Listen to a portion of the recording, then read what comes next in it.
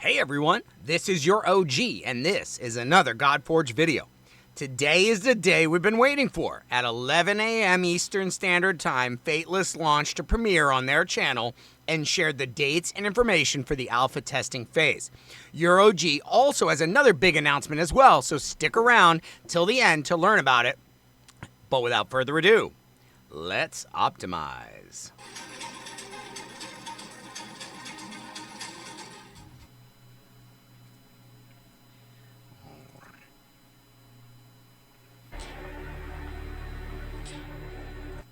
All right, so we basically they ran a live premiere here today at 11 a.m. This was Eastern Standard Time in the U.S. I think it was they put it out at UTC time, but by this time it will already have been converted to a video, but it started as a premiere, and you can see the comment and the chat window on the right side. Everybody was live for it. Okay, we watched it live to capture for you all the details about what is just around the corner. All right, so you could see there were quite a few excited gamers. I think 227 were watching, and it had only been up for a minute. So a lot of folks tuning in to see what was coming. All right, so basically we're going to play this first part here and just show you the intro that they put together.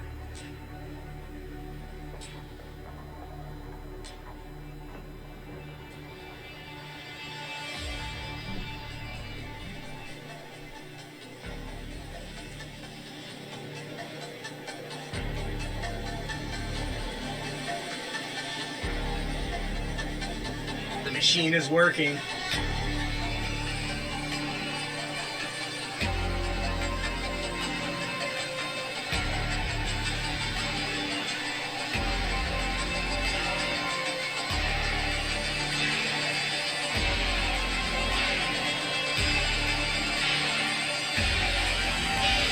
All right, baby, let's go.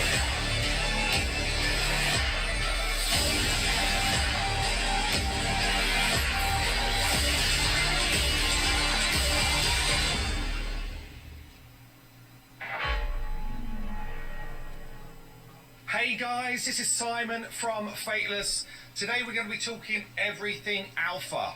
So yes, All right, so we're going to let that play and just mute it.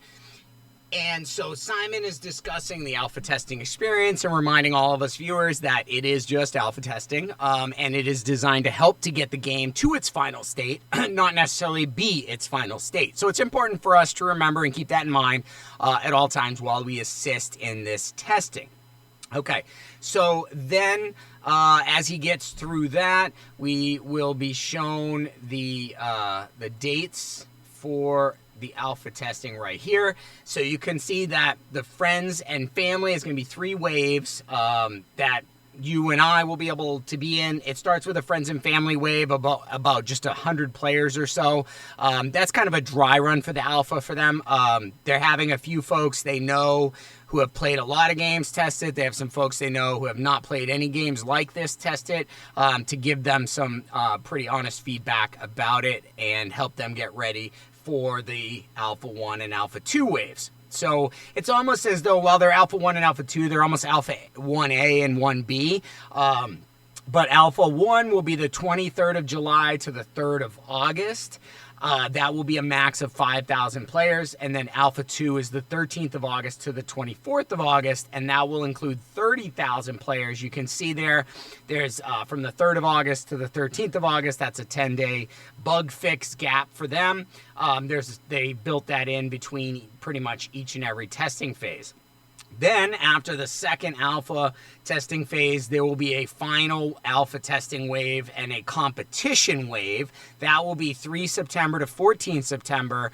And anybody who signed up can be in that. Anybody who was in the previous alphas can be in that as well. And that will be the one where everyone will be competing to get the top score against the final boss, Fafnir, to be in the top 5. We'll talk about that, and to be on top of the Squidmere miniature trophy as well. So basically, you should have received an email just after this premiere happened. So if you didn't see it yet at this point, look in your spam, look in your junk folders from Fateless, asking you to fill out a quick survey, something that asks which wave you'd like to be in. Maybe you're going on vacation during the first alpha wave, then it would make sense to just choose the second one.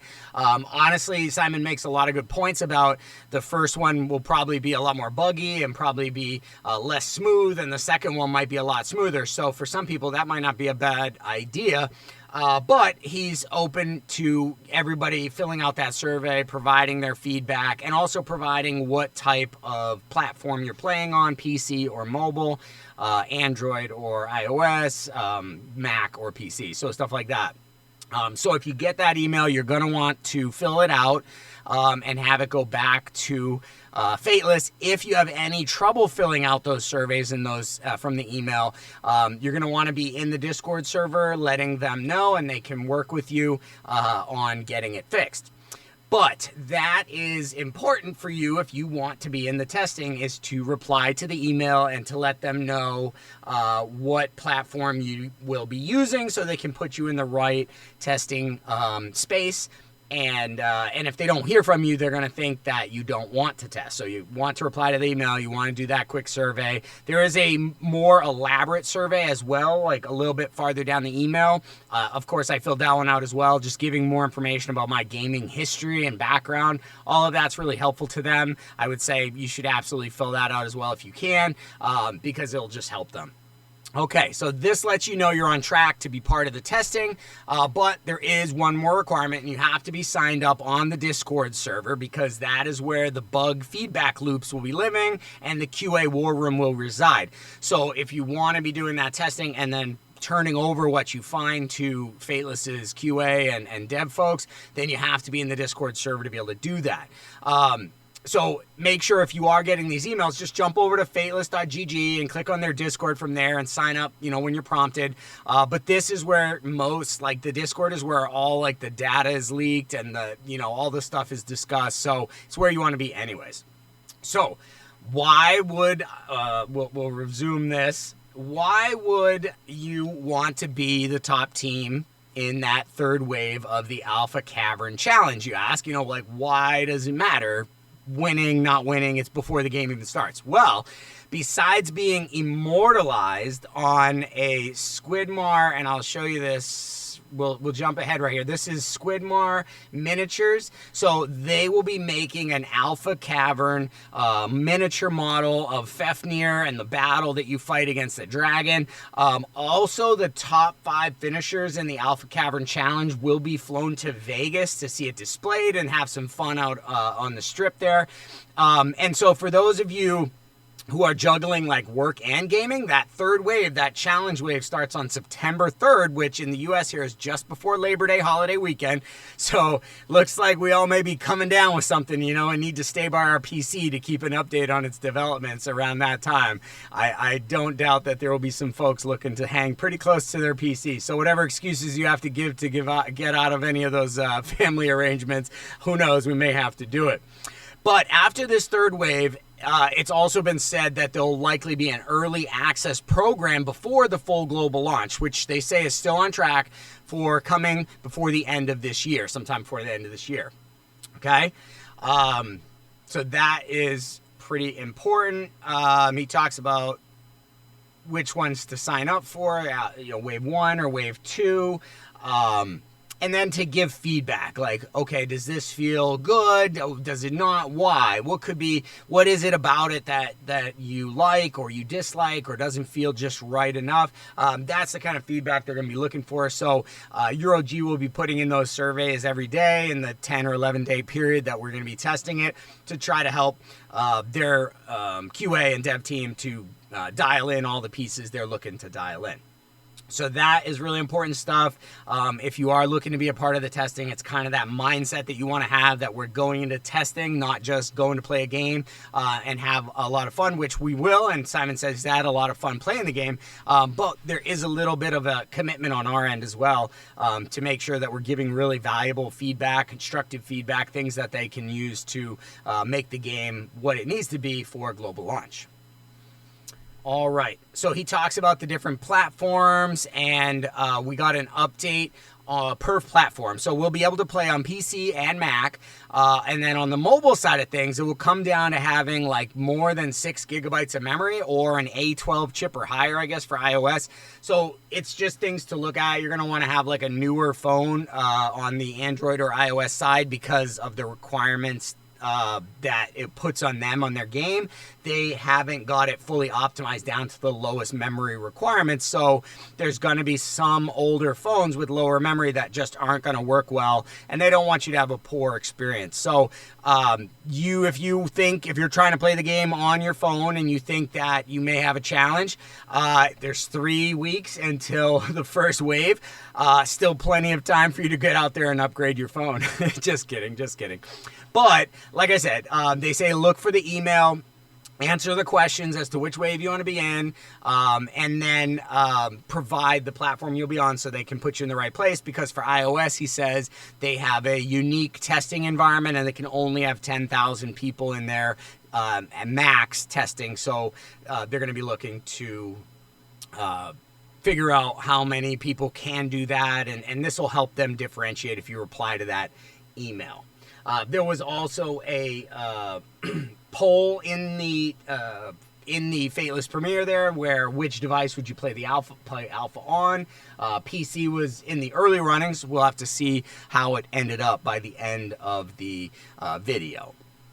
Okay, so after that, he moves on. Simon moves on here to show some gameplay. And that is pretty cool. So he mentions he got on the leaderboard, and he got his first Lego here, which was Drac. It says first legendary drop was Drac, which is, wow, lucky. So he's using Guan Yu as his starter champion. What he said in the Discord was that he's playing the game on like 4 different devices to test it on PC, Mac, Android, and iOS. So he just chosen a different starter champ on like each one, so we can get a feel for what it's like to start with each starter champ. You can see here he's leaning on Leonidas as a damage dealer. He's got Dagonet for defense down. He's got Bauk, his Shinigami, and of course he's just picked up Drac. And we've seen him using Shublugal as well, so it seems like possibly he could be a useful champion in the early runnings as well. Okay, so he says there'll be about 65 to 70 heroes in the alpha. That's what they're looking at. He's showing some gear. You see the Falcon gear here. 4-piece Falcon set for speed with the boots. We haven't seen those boots there. Let me go back real quick. We haven't seen this one gear set per se. I don't know if that's a pink pig or what that thing is, but we haven't seen it. But you can see he has 5 pieces of Falcon or speed gear set on, and his speed is up to 129 here. He's got it up to level 8 to 12. That's using the metal, what is it called? Metal stuff. Oh boy, I gotta figure out this new name. But we'll figure out exactly what it is. It's like a metal something or other that helps you level up your weapons and your gear. All right. So as we get into it, we'll be a little bit clearer with that one. But okay, so here we see a quick team run through, and they show the different stages here and some of the possible rewards. And then some of the challenges for beating 2-star versus 1-star. A lot of these chests here in the reward preview will be things like a gear reward and then a hero reward. So there's like a possibility to see random gear, random hero, and then there's a soul. Those are the things, and those are right there for awakening your champions. And then again, they show one where it's random gear, random hero, and these are the things right here. Tian Gold Steel. This is to level up your weapons based off of which faction the weapon is associated with. So those tablets look like they're going to be really important with leveling up our weapons. And then we also get gear drops, and we get possibly hero drops, and then we get souls there to help us level up. And then we also get awakening and coin materials to help us as well. Okay, so that was really important. He mentions we won't have 5 million energy because he's got a cheat code on right now, but that makes sense. Leonidas, we captured his leader bonus there. Okay, so in the first wave, we see that we square off against Maria, Marinova, Leonidas, Achilles, and Hippolyta from left to right. Drax starts here by using his core ability and placing buffs on his team. He places Reflect and Mend on all allies, so Drac has got an amazing kit so far. Simon mentioned he does bonus damage based on the amount of bleeds on the battlefield, whether on his team or the other team. So he actually places bleeds. You can see 2 bleeds here, one on himself and Dagonet. He places bleeds on his own team along with the 2 buffs, drawing life energy from everyone around him to hit even harder. Next up is Dagonet. He goes to use his core ability for Vanish and AoE defense down, but Simon accidentally uses his basic instead. His core ability, Dagonet, somehow I imagine him like Dagonet disappearing and then running around and just pantsing the enemy so their defense is down, but that is his core ability, but we just didn't get to see it there because Simon was already selecting his basic and he didn't change it before he did the move. Next we see Guan Yu, which is his starter hero. He does his AoE core ability and knocks down everyone but Hippolyta, who is above average in defense and res. She's one of the highest in res, but she is no match for Leonidas because this is Sparta, and we just need to watch that again because Leonidas comes in and just Spartan kicks Hippolyta, and there isn't a big hole in the ground, but still pretty impressive. Spartan kicks, knocks her out, and we are moving to wave 2. This time we see left to right Voldkalak, Asa, Green Knight, and Bauk. Guan Yu has his ultimate here after defeating 8 enemies. So that's pretty cool. We're going to watch him. But then Razzie has it. Simon changes it so they all have their ultimate abilities. So he can show some of them. First up is Leonidas. He throws his Battle Fervor, which is his spear. It places Drain 2 AoE for 2 turns and then attacks AoE again. We also see his Divinity is gained back here. His Divinity is gained by when an ally receives damage from attacks. So that's interesting. It's almost as though like, hey, stop hitting my friends, and his rage like builds up. It's a really cool animation. We'll watch it again here in full. Remember, it's only at 1x speed, so at 2x speed, this will go a little quicker, and it'll be just like a flash of light when the spear hits. And it's thrown at Green Knight. So remember, he's one of the higher HP heroes in the game, and it still knocks out 95% of his HP, as well as having a splash effect because of its AoE nature. Simon mentions not having Leonidas built with enough accuracy to land the Drain debuff, okay? And Dagonet's ultimate is a single target buff strip that you just saw there. Then we see Drax's ultimate, okay, which we've seen outside the game, not in the build before. It hits 4 times, and now we're learning it also removes buffs from all enemies. He's cleaning the bleeds off of the enemy, and it racks up his damage. Okay, so you'll see he has a bleed on himself. We'll see if he clears it off himself. He does not, but apparently it changes his multiplier as he does his damage. Okay, so now we get to the third wave when we see Minotaur, Asag, Volkalak, and Bauk. Drac is like super jazzed up and just comes right out the gate because he's wearing Falcon gear, jumps right out and takes his first turn, uses his basic. Then we see Guan Yu use his ultimate, hitting 4 times, placing no drains, meaning his accuracy probably isn't built up enough yet. And perhaps at this level, you know, we're only at like level 23. Perhaps at this level, we can still smash our way through most of the content, and we haven't really had to focus yet on more advanced strategies. Okay, so we'll see. But after this hit, Simon starts showing the 3 different camera angles you can choose from. The 3/4, the fully from behind, and the cinematic. I agree with him. I think the cinematic looks really cool. Before Leonidas and Drac finish off this third wave, and you see the rewards they get for beating this level in the Cavern. All right, so he's talking about this is the top view from behind. And then he'll take you back around to the cinematic view as well that shows sort of the individual hero coming out. And here's Leonidas' ultimate again, and poof, he puts down a lot of damage, and Drac finishes them with his ultimate. Okay, so that is level 23 there in the Cavern. Pretty cool, really cool to see. And now here's what we got dropped as rewards. Okay, so there's coin, there's this blue elixir, and then it looks like a piece of falcon gear as well has been dropped. Now our champions are gaining level. And you can see they're almost up to 20, where they'll have to be promoted again. You'll need 2-star chickens, two 2-star souls, not chickens, sorry, to rank them up to head to 30. But they're only at level 23 out of 150, and they're still under level 20. So it shows we're not going to be shooting to max out our champions immediately. It's going to take time. We can see some of the damage numbers there, and if they're accurate, which they seem to be at least proportionally accurate, Drac did possibly 40,000 damage, where Leonidas did just under 18,000, and Guan Yu did 15,000.